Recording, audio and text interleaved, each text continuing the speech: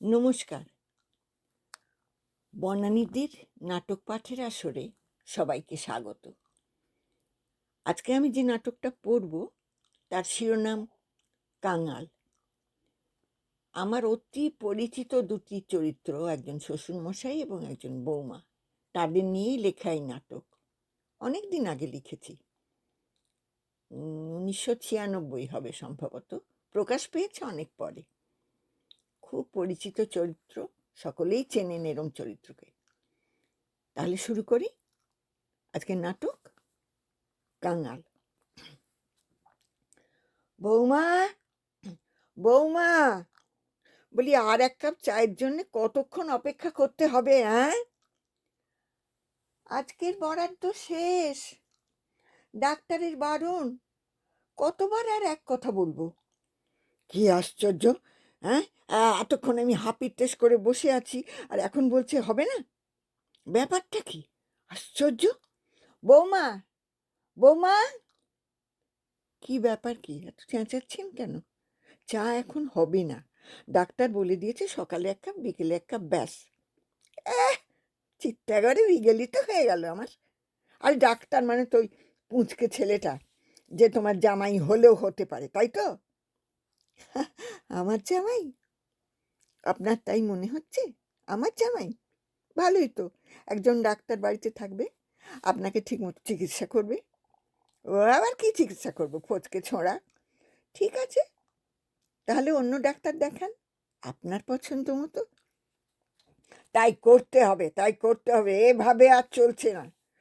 চলছে না যে কেন, সেটাই তো আমি বুঝে উঠতে পারছি না। তোমার আর বুঝেও দরকার নেই। মোট কথা, এখন আমার এক কাপ চা চাই, ব্যাস। আপনি চাই বললেই তো আর হবে না, আমি চাই না, ব্যাস। আচ্ছা, তোমার চাওয়া না চাওয়াতে কি যায় আসে হে?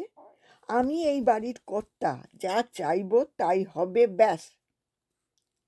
সে তো 100 বার। তা কর্তা যখন, তখন নিজেই এবার থেকে সব কিছু করে নেবেন। তার মানে চাটা আমি নিজে করে নেব? বাহ বাবা বাহ! তাতে কি হয়েছে? আপনিই তো বলেছেন, আপনি তো কতবার বলেছেন যে আপনি কত রান্না করে আপনার ছেলেকে খাইয়েছেন। হ্যাঁ, সে তো সে তো আর কি, তোমার শাশুড়ি অনেক দিন অসুস্থ থাকতো তাই। তা বলে বুড়ো বয়সে আমি নিজে হাতে চা করে খাবো? সে কি, আপনি যে বলেন আপনি মোটেই বুড়ো হননি, মাত্র 80 বছর, তাই না? থাক, থাক, আর নাটক করে তাই না বলতে হবে না। কেন, কেন, তোমার মায়ের বয়স হয়নি? আমার মাকে আবার টানা কেন? আপনাদের সংসারের ব্যাপারে আমার বাবা মাকে টানবেন না, আমি বলে দিইনি? উফ, কি কথা বলার ধরন! বলে দিইনি, যেন অফিসের বড়বাবু তার সাবঅর্ডিনেটের সঙ্গে কথা বলছেন। বেশ তো, এবার থেকে না হয় আমাকে বড়বাবু বলেই ডাকবেন।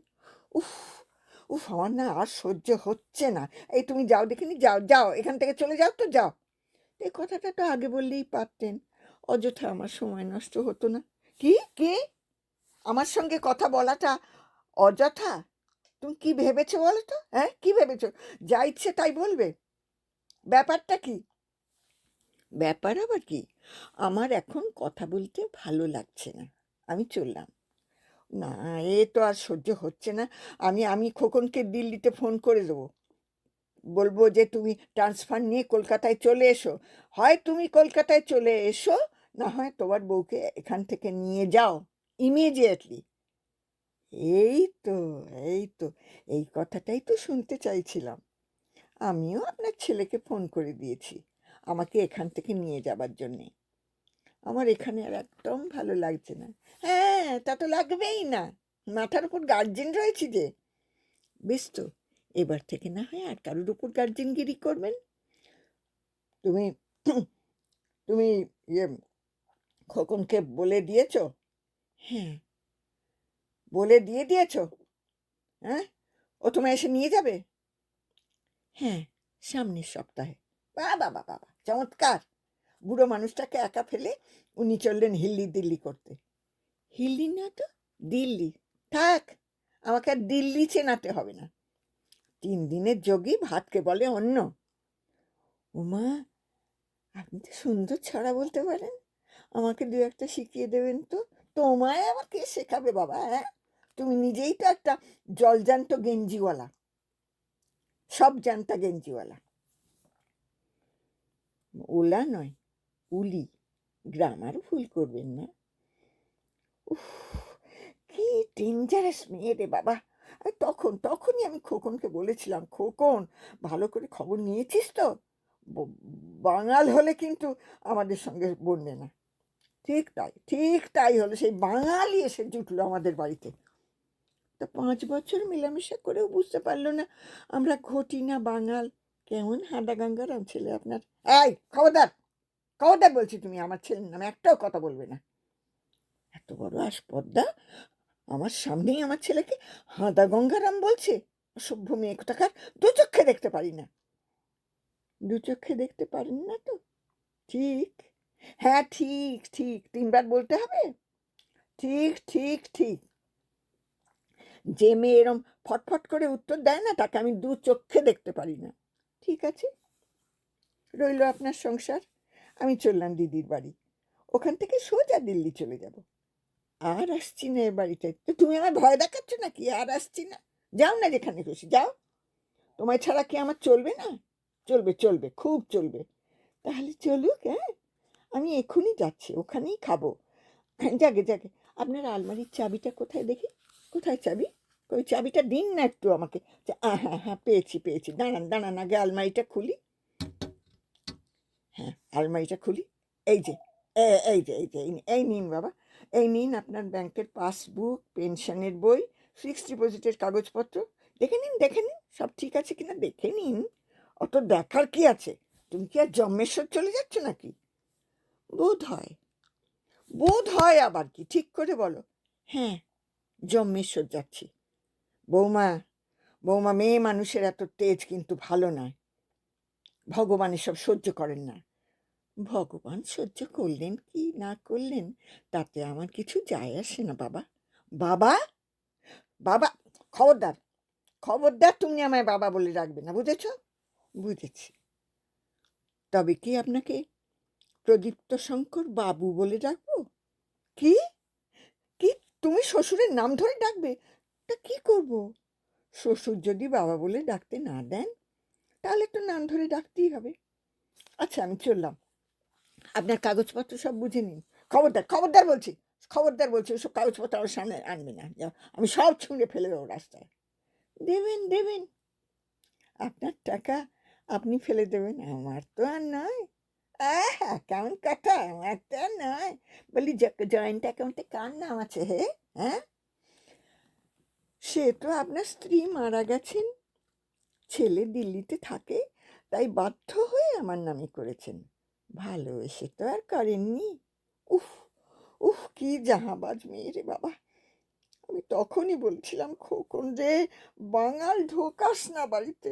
হতভাগা সেই বাঙালি ঢোকালো। আচ্ছা প্রদীপ্ত শঙ্কর বাবু, আপনার শ্বশুর বাড়ি কোথায় ছিল? চুপ, একদম চুপ। শ্বশুরকে নাম ধরে ডাকা হচ্ছে। বলি, আমার শ্বশুর বাড়িতে তোমার কি দরকার হে?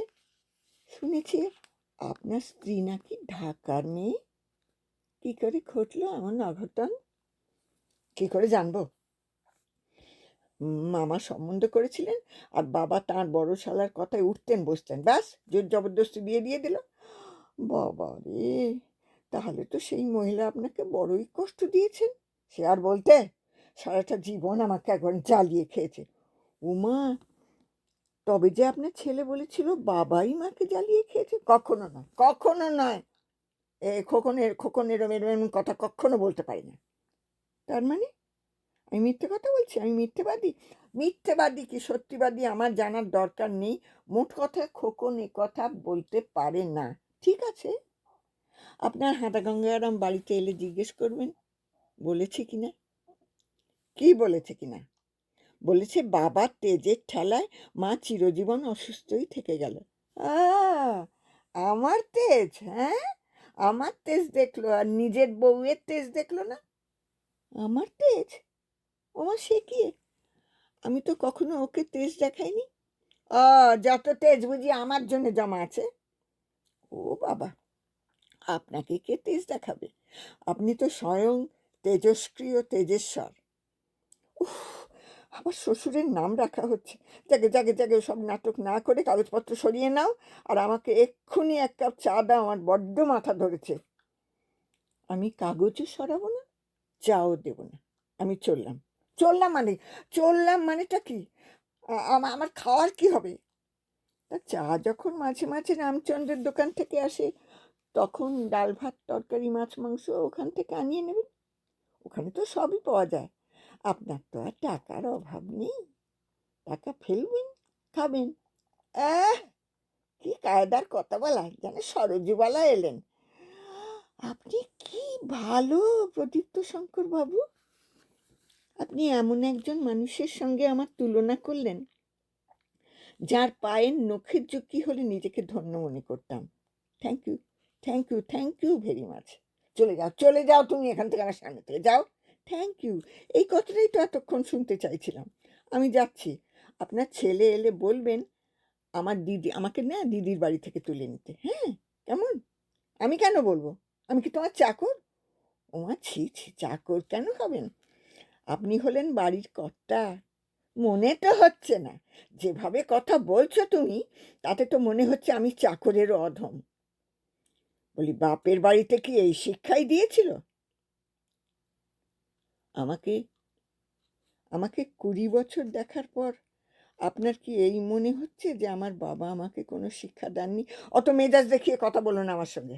আমি তোমার বাবার নাম করিনি। নাম না করেই আপনি বুঝিয়ে দিয়েছেন আমার বাবাই আমাকে কোনো শিক্ষা দেননি। আমার বাবা তো কোনো দোষ করেননি। তবে তবে কেন বললেন কথা? আসলে আপনার কোনো মেয়ে নেই তো? থাকলে বুঝতে পারতেন মেয়ের সামনে বাবাকে অসম্মান করলে কেমন লাগে। বাজে কথা বলো না। তোমার বাবাকে আমি কোনো অসম্মান করিনি। করেছেন, নিশ্চয়ই করেছেন। আপনি ভালো করে জানেন আমার বাবার অ্যাবসেন্সটা আমি সব সময় ফিল করি। কতদিন তিনি চলে গেছেন, তাও তাও আমি ফিল করি। তবে কেন আপনি সেটা নষ্ট করে দেন? আমি নষ্ট করি? তুমি কি ভেবেছো বলো তো? তুমি জানোই তাই বলছো? আজ 20 বছর আমার বিয়ে হয়েছে। 10 বছর হলো মা মারা গেছেন। সেই থেকে আমি আছি আপনার সঙ্গে, শুধু একা একা আপনার কষ্ট হবে বলে। আপনি দিল্লিতে গিয়ে ছেলের কাছে থাকবেন না, তাই আমি স্বামী মেয়েকে ফেলে আপনার কাছে চলে এসেছি আপনাকে দেখবো বলে, আপনার কাছে থাকবো বলে, আপনাকে বারবার বাবা বাবা বলে ডাকবো তাই। বৌমা, থাক থাক, আমাকে ডাকবেন না আপনি। কিচ্ছু দরকার নেই আমার। আমি চলে যাচ্ছি। এত ঘৃণার ভালোবাসা আমার দরকার নেই। আমার কিচ্ছু দরকার নেই। ও বাবা, এখন আবার ফোন করছে কে? হ্যাঁ, হ্যালো, হ্যালো, কে? খোকন, তুই? না, মানে তুই তো সকালবেলা ফোন করিস না, তাই। কি মাথার যন্ত্রণা আমার? তুই কি করে জানলি? বৌমা বলেছে? ও, কালকে এসে ভালো ডাক্তার দেখাতে নিয়ে যাবি? বৌমা তাই করতে বলেছে? ঠিক আছে, ঠিক আছে খোকন। খোকন, খোকন, শোন, আমার একটা কথা রাখবি বাবা। আমাকে একটা ভিক্ষে দিবি। বৌমাকে বৌমাকে আমার কাছ থেকে নিয়ে যাসনি বাবা। ওকে ছাড়া যে আমি থাকতে পারি না। বড্ড ভালো মেয়ে। রাখবি তো বাবা কথাটা? দিবি তো আমাকে, এই ভিক্ষেটা দিবি তো বাবা? খোকন, হ্যাঁ, দিবি তো? Thank you Khokon, thank you very much, thank you.